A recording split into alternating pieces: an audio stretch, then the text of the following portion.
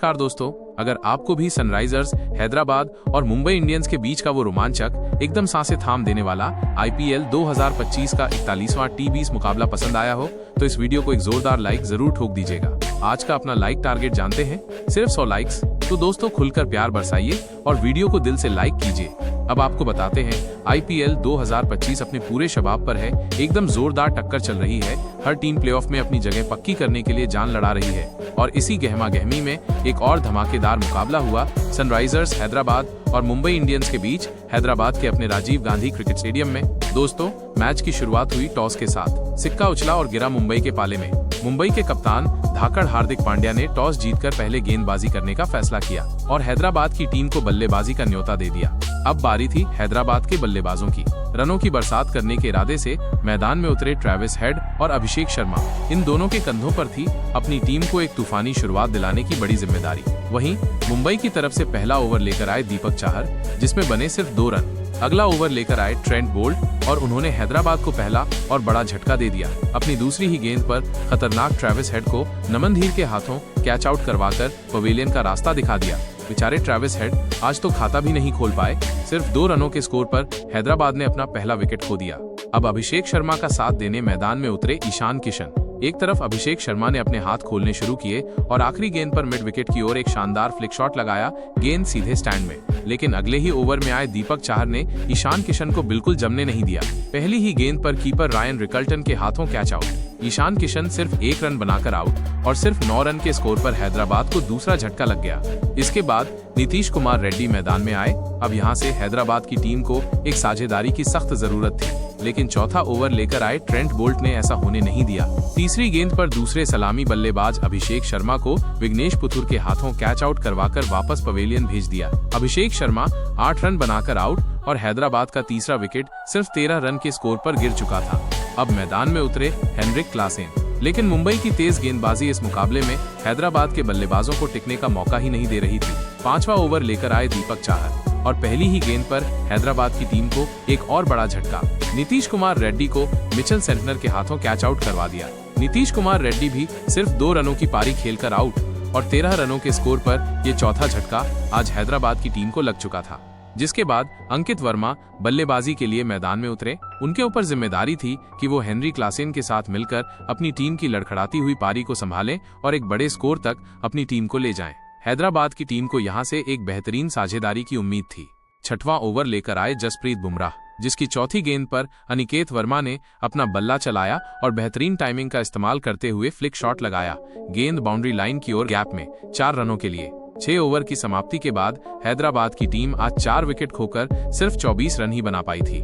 7वां over लेकर आए दीपक चाहर, जिनकी दूसरी गेंद पर हेनरिक क्लासेन ने एक बड़ा शॉट खेला और मिड विकेट की ओर गेंद को गैप में सीमा रेखा के बाहर भेजा, 4 रन। इन दोनों के बीच साझेदारी बनना शुरू ही हुआ था और अंकित वर्मा अपनी टीम के लिए कुछ और योगदान दे पाते, उससे पहले ही 9वां ओवर लेकर आए हार्दिक पांड्या ने अंकित वर्मा को तीसरी गेंद पर विकेट कीपर के हाथों कैच आउट करवाकर पवेलियन का रास्ता दिखा दिया। 35 रनों के स्कोर पर हैदराबाद की आधी टीम पवेलियन लौट चुकी थी और अनिकेत वर्मा 12 रन की पारी खेलकर आउट हो गए थे। इसके बाद हैदराबाद की टीम ने अपना इम्पैक्ट प्लेयर का पत्ता खोला और अभिनव मनोहर को बल्लेबाजी के लिए मैदान में भेजा। मुंबई की गेंदबाजी इस मुकाबले में आज कमाल कर रही थी, वहीं हैदराबाद की बल्लेबाजी पूरी तरह से बैकफुट पर दिख रही थी। ऐसे में अब अभिनव मनोहर और हेनरी क्लासेन के ऊपर जिम्मेदारी थी कि बेहतरीन साझेदारी बनाते हुए यहां से अब अपनी टीम को एक सम्मानजनक स्कोर तक ले जाएं। 10वें ओवर में हेनरी क्लासेन ने एक बार फिर अपना बल्ला घुमाया और विघ्नेश पुथुर की पहली गेंद पर एक बेहतरीन पुल शॉट लगाते हुए गेंद को सीधे सीमा रेखा के पार पहुंचा दिया। गेंद दूसरे टियर में जाकर गिरी 6 रनों के लिए। उनका बल्ला यहीं नहीं रुका, अगली ही गेंद पर भी उन्होंने बेहतरीन फील्डर के ऊपर से हवा में गेंद को लॉफ्ट करते हुए कवर्स की तरफ सीमा रेखा पार करा, चौका बटोरा। चौथी गेंद पर भी उनके बल्ले से एक और बेहतरीन चौका देखने को मिला, जब उन्होंने स्क्वायर लेग की तरफ एक फ्लैट पुल शॉट का इस्तेमाल करके हासिल किया और टीम को 50 रनों पर पहुंचाया। 10 ओवर की समाप्ति के बाद 52 रन 5 विकेट खोकर हेनरिक क्लासेन का बल्ला अब रुकने का नाम ही नहीं ले रहा था। 11वां ओवर लेकर आए हार्दिक पांड्या, जिनकी पहली ही गेंद पर उन्होंने बेहतरीन पुल शॉट लगाते हुए गैप में गेंद को भेजकर 4 रन बटोरे। तीसरी गेंद पर भी उनके बल्ले से एक बेहतरीन चौका देखने को मिला, जब उन्होंने डीप कवर्स की ओर शॉट लगाते हुए गेंद को गैप में भेजा। तो वहीं पांचवी गेंद पर भी उन्होंने बेहतरीन शॉट खेलते हुए गेंद को डीप कवर्स की तरफ ही गैप में ड्राइव कर दिया और 4 रन हासिल किए। तो वहीं दूसरी तरफ अभिनव मनोहर ने भी अब अपना बल्ला चलाना शुरू कर दिया था और 13वां ओवर लेकर आए जसप्रीत बुमराह की दूसरी गेंद पर एक्स्ट्रा कवर्स की ओर हवा में शॉट लगाया और गेंद को सीधा स्टैंड में भेजकर छक्का हासिल किया। अब इन दोनों ने अपनी टीम को संभाल लिया था और एक बेहतरीन साझेदारी इन दोनों के बीच बनने लगी थी।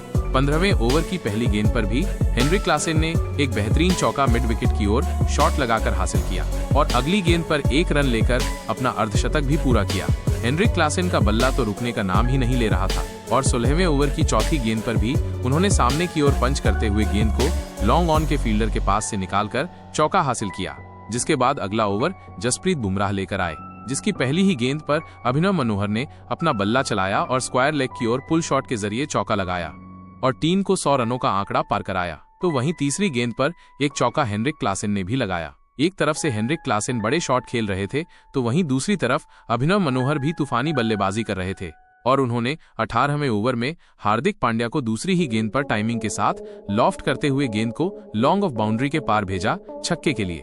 वो यहीं नहीं रुके, 5वीं गेंद पर भी बेहतरीन ड्राइव करते हुए गेंद कवर्स की ओर गोली की रफ्तार से भेज दी बाउंड्री की सैर पर चौके के लिए। दूसरी तरफ हेनरिक क्लासेन का बल्ला भी जमकर रन बरसा रहा था और उन्होंने 19वें ओवर की 5वीं गेंद पर जसप्रीत बुमराह को बेहतरीन reverse sweep shot third man की तरफ लगाया और गेंद को सीमा रेखा पार भेज दिया चौके के लिए। लेकिन अगली ही गेंद पर जसप्रीत बुमराह ने जबरदस्त वापसी करके दिखाई और हेनरी क्लासेन को तिलक वर्मा के हाथों कैच आउट करवाकर पवेलियन का रास्ता दिखा दिया।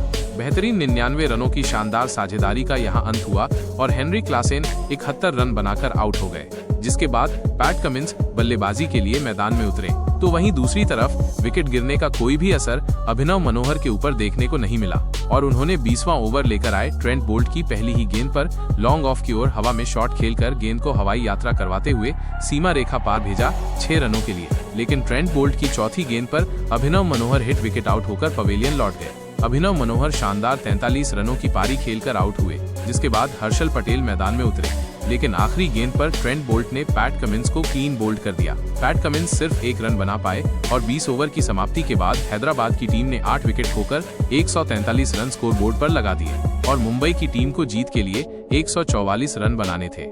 अब बारी थी मुंबई इंडियंस की। लक्ष्य का पीछा करने उतरे रोहित शर्मा और रायन रिकल्टन की जोड़ी।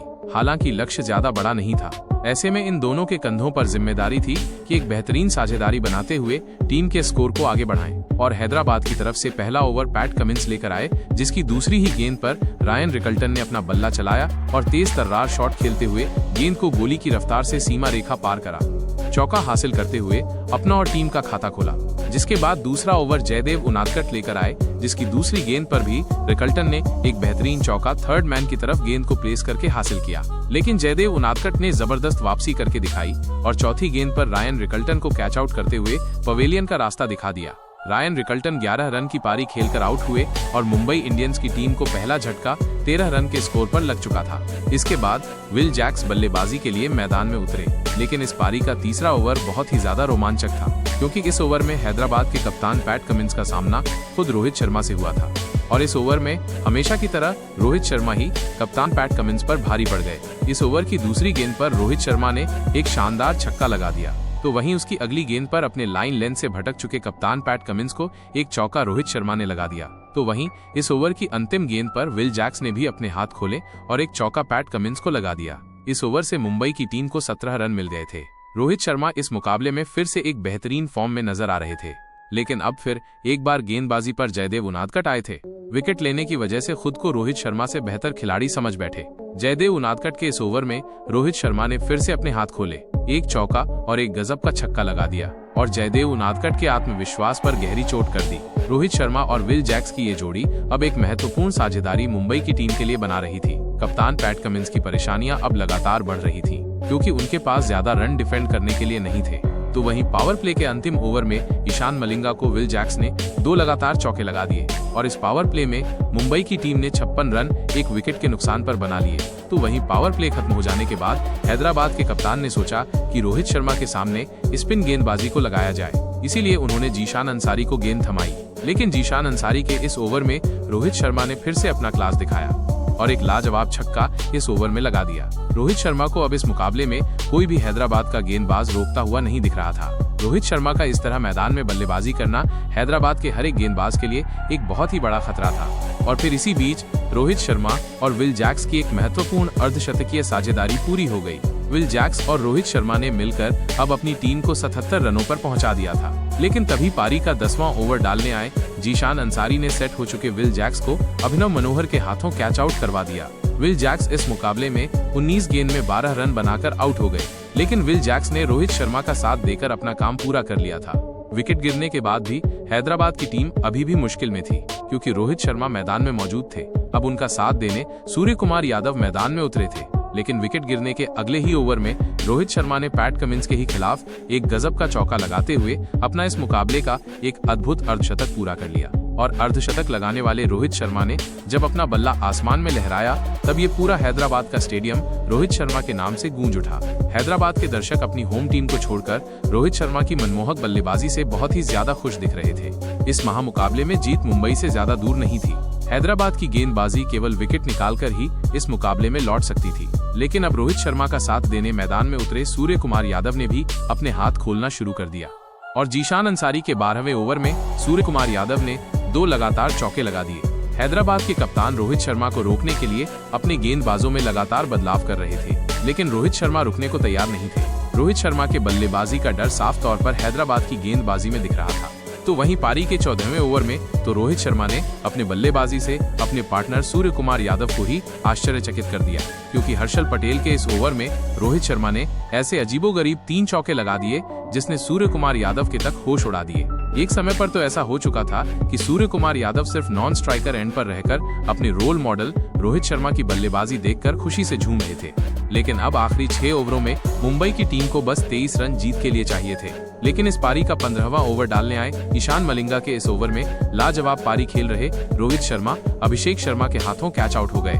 रोहित शर्मा ने इस मुकाबले में केवल 46 गेंदों में 8 चौके और 3 अद्भुत छक्के लगाते हुए 70 रनों की एक गजब की मैच जिताने वाली पारी खेली। रोहित शर्मा की इस पारी के लिए सभी ने खड़े होकर तालियां बजाईं। अब रोहित शर्मा के आउट हो जाने के बाद तिलक वर्मा मैदान में उतरे थे और अब सूर्य कुमार यादव ने इस मुकाबले को जल्द से जल्द खत्म करने की मानो कसम ही खा ली थी। और फिर सूर्य कुमार यादव ने ईशान मलिंगा को इसी ओवर में एक शानदार छक्का लगा दिया। सूर्य कुमार यादव भी इस मुकाबले में अपने असली फॉर्म में बल्लेबाजी कर रहे थे। और फिर पारी के 16वें ओवर में जीशान अंसारी को 2 गजब के चौके लगाकर सूर्य कुमार यादव ने मुंबई की टीम को इस रोमांचक मुकाबले में 7 विकेट से जीता दिया। तो वहीं मुंबई की टीम ने इस मुकाबले को 26 गेंदें रहते जीत लिया और इसी वजह से मुंबई की टीम ने अब पॉइंट्स टेबल पर डायरेक्ट तीसरे स्थान पर कब्जा कर लिया है। तो दोस्तों, कैसा लगा आपको आज का ये मुकाबला और आज आप मुंबई इंडियंस की जीत और रोहित शर्मा की बल्लेबाजी के प्रदर्शन को 10 में से कितने अंक देना चाहेंगे? कमेंट बॉक्स में हमें अपनी राय जरूर बताएं। नए हैं तो चैनल को सब्सक्राइब करना बिल्कुल नहीं भूलें। वीडियो को लाइक और शेयर भी जरूर करें।